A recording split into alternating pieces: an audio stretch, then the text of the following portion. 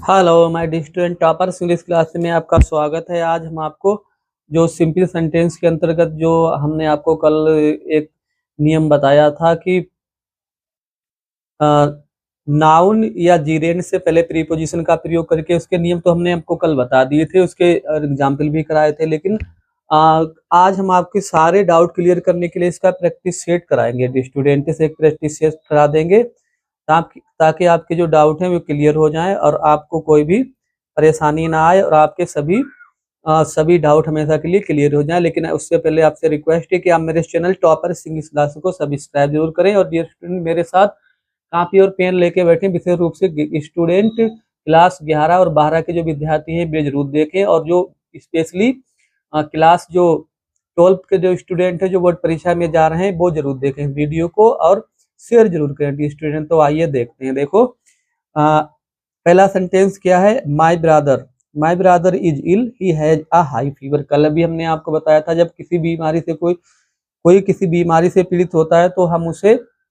वहां पर विद का प्रयोग करेंगे। तो कैसे बनाएंगे। My brother is ill with a high fever. दूसरा देखोगे, मेरा भाई को बहुत तेज बुखार है। अगला देखो, ही saw the मून, उसने चांद देखा। ही बिकेम ग्लेड, वो खुश हो गया। अगर हिंदी में इसका अर्थ निकालें तो क्या होगा। चांद देखकर वो खुश हो गया। तो कैसे बनाएंगे। ऑन सीइंग द मून, उससे पहले हम क्या लगा देंगे डियर स्टूडेंट्स, प्रीपोजिशन, उसके बाद में जीरेंड लगाएंगे। ऑन सीइंग द मून मतलब चांद देखकर ही बिकेम ग्लेड, वो खुश हो गया। अगला देख लेते हैं। He gave me his advice, उसने मुझे अपनी सलाह दी। ही हेल्प्ड देम लिबरली, मतलब उसने उन्हें अपनी सलाह दी और उनकी उदारता पूर्वक सहायता भी की। देखो जब हमने कल भी आपको बताया था जब एक काम के साथ करता कोई दो काम करे तो वहां पर हम बिसाइडिस और जीरेंड का प्रयोग करेंगे। तो कैसे बनाएंगे। बिसाइडिस गिविंग देम हिज एडवाइस, उन्हें अपनी सलाह देने के अतिरिक्त ही हेल्प्ड देम लाइब्रेली, मतलब उसके अतिरिक्त उन्होंने उनकी उदारता पूर्वक मदद भी की। अगला देख लेते हैं students. I bought a watch, मैंने एक घड़ी खरीदी। आई पेड ₹500 फॉर दिस, कल भी हमने आपको बताया था जब पैसों की बात होती है तो वहां पर हम प्रीपोजिशन क्या लगाएंगे। वहां पर हम प्रीपोजिशन डी स्टूडेंट्स लगा देंगे फॉर। देखो आई बॉट अ वॉच ₹500, मतलब मैंने 500 रुपये के बदले में घड़ी खरीदी। के बदले के लिए भी फॉर लगाते हैं। अगला देखेंगे। यू हेल्पेड मी, तुमने मेरी सहायता की। आई वुड हैव बीन ड्राउनेड, तो अगर हिंदी में हम इसका अर्थ निकाल लेंगे तो क्या होगा कि तुम्हारी सहायता के बदले में डूब गया होता। तो कैसे बनाएंगे। इसे पहले लिखेंगे। I would have been drowned without your help, तुम्हारी सहायता के बदले में डूब गया होता। देखो यू है जो, इसे हमने पजेसिव फॉर्म में चेंज कर लिया और हेल्पेड का हेल्प नाउन बना दिया। अगला देखेंगे। ही बिहेव्ड रूडली विद मी, उसने मेरे साथ अभद्रतापूर्वक व्यवहार किया। आई वाज क्वाइट डिस्प्लीज्ड, तो देखो मतलब इसे दो तरीके से बना सकते हैं। दोनों तरीके हम आपको बता रहे हैं यहाँ पर। देखो आई वाज क्वाइट डिस्प्लीज्ड एट, अब डिस्प्लीज्ड के साथ प्रीपोजिशन एट लगाएंगे। एट हिज, देखो इसे पोसेसिव में हमने बदल दिया, हिज लगा दिया।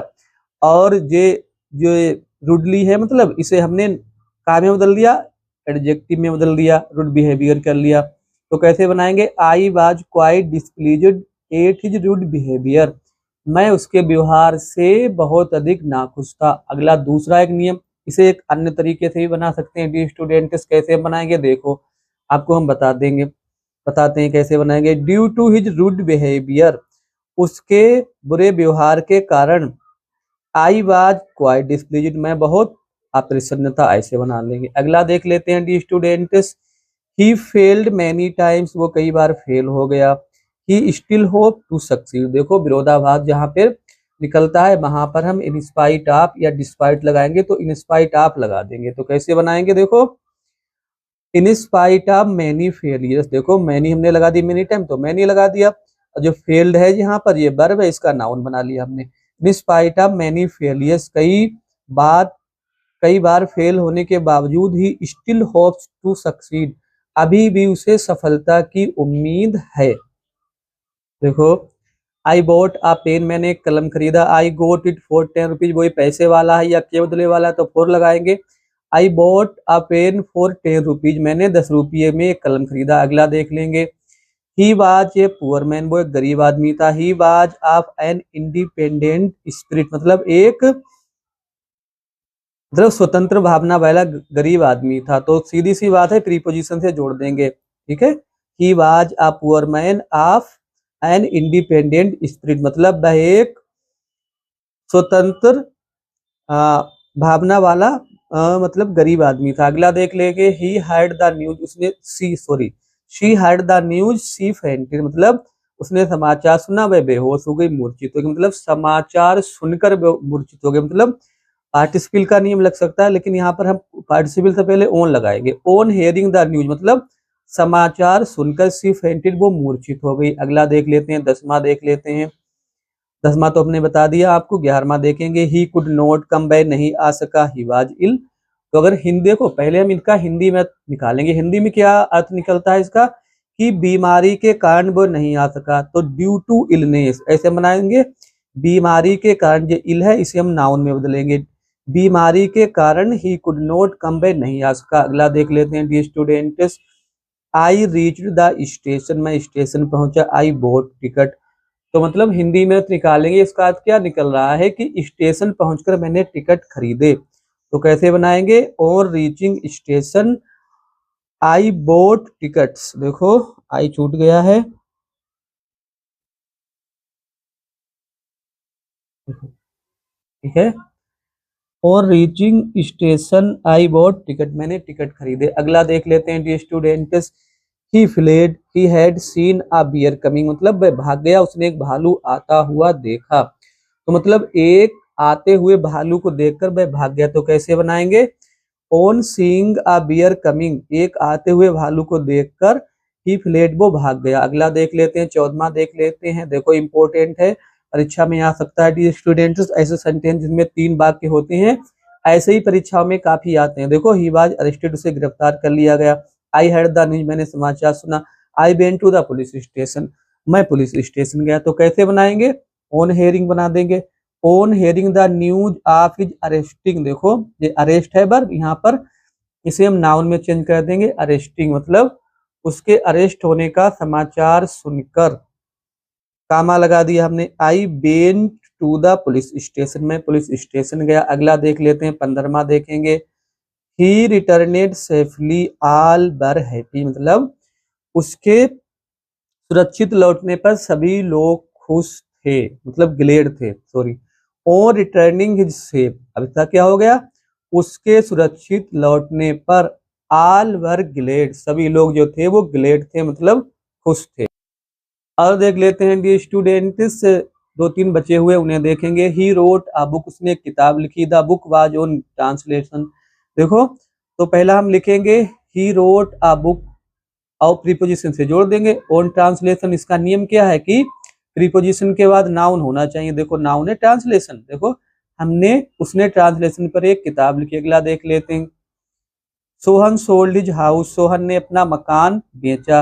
ही सोल्ड इट फॉर 50,000 रुपीज, उसने इसे 50,000 रुपये में बेचा। तो कैसे बनाएंगे, Sohan sold his house for 50,000 rupees, रुपये वाला है डी स्टूडेंट, तो क्या करेंगे, 4 से जोड़ देंगे।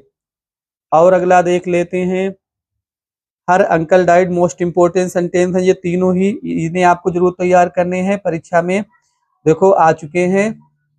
हर हर अंकल डाइड, उसके चाचा जी की मृत्यु हो गई। सी हैड द न्यूज, उसने समाचार सुना। सी बेब, को रोने लगी। तो ओन हेयरिंग से बनेगा, ओन हेयरिंग द न्यूज आप, जो सी लगा इसे इसे हम पोसेसिव में बदलेंगे। आप हर अंकल्स डेथ, अपने चाचा की मौत का समाचार सुनकर, कामा लगा दिया हमने। सी बेब, वो रोने लगी। अगला देख लेते हैं। दो भी ऐसे ही स्टूडेंट्स, और ऐसे ही परीक्षा में आए हैं और आते हैं, आपको ये तैयार करना। देखो, he met an old man in the street, वो गली में एक बूढ़े आदमी से मिला। He had a book in his hand, जिसके हाथ में किताब थी, मतलब जो अपने हाथ में किताब के साथ था। तो के साथ के लिए हम विद लगाएंगे। He met an old man in the street with a book in his hand, वह गली में एक बूढ़े आदमी से मिला जिसके हाथ में किताब थी। लास्ट सेंटेंस देख लेते हैं। 2-3 हमने करा दिए इस टाइप के। लास्ट है देखो, हिज वाइफ डाइड, उसकी पत्नी की मृत्यु हो गई। ही हर्ड द न्यूज, उसने समाचार सुना। ही फेंटेड, वह बेहोश हो गया। ओन हेयरिंग, ऊपर ही हमने आपको बताया ओन हेयरिंग से बनाएंगे।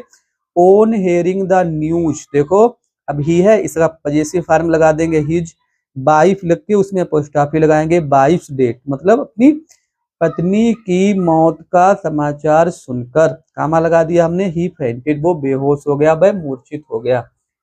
तो माय डियर स्टूडेंट्स, आज हमने आपको प्रैक्टिस सेट करा दिया है। ये प्रैक्टिस सेट में 20 सेंटेंस हैं और हमने एक एक सेंटेंस आपको कराया है। यदि इतना आप तैयार कर लेते हैं तो उम्मीद है कि जो प्रीपोजिशन का प्रयोग करके, नाउन या जिरेंड से पहले जो प्रीपोजिशन के प्रयोग करके जो सेंटेंस आते हैं उनमें से आपसे कोई भी नहीं छूटेगा। लेकिन इससे पहले आपसे यही रिक्वेस्ट है कि आप मेरे चैनल टॉपर्स इंग्लिश क्लासेस को डियर स्टूडेंट सब्सक्राइब जरूर करें और मेरे वीडियो को लाइक करें, कमेंट जरूर करें, ताकि कोई भी अगर इसमें कोई भी कमी हो तो वो हम उसके बारे में जान सके, आप हमें रिस्पॉन्स दें। Thanks for watching the video.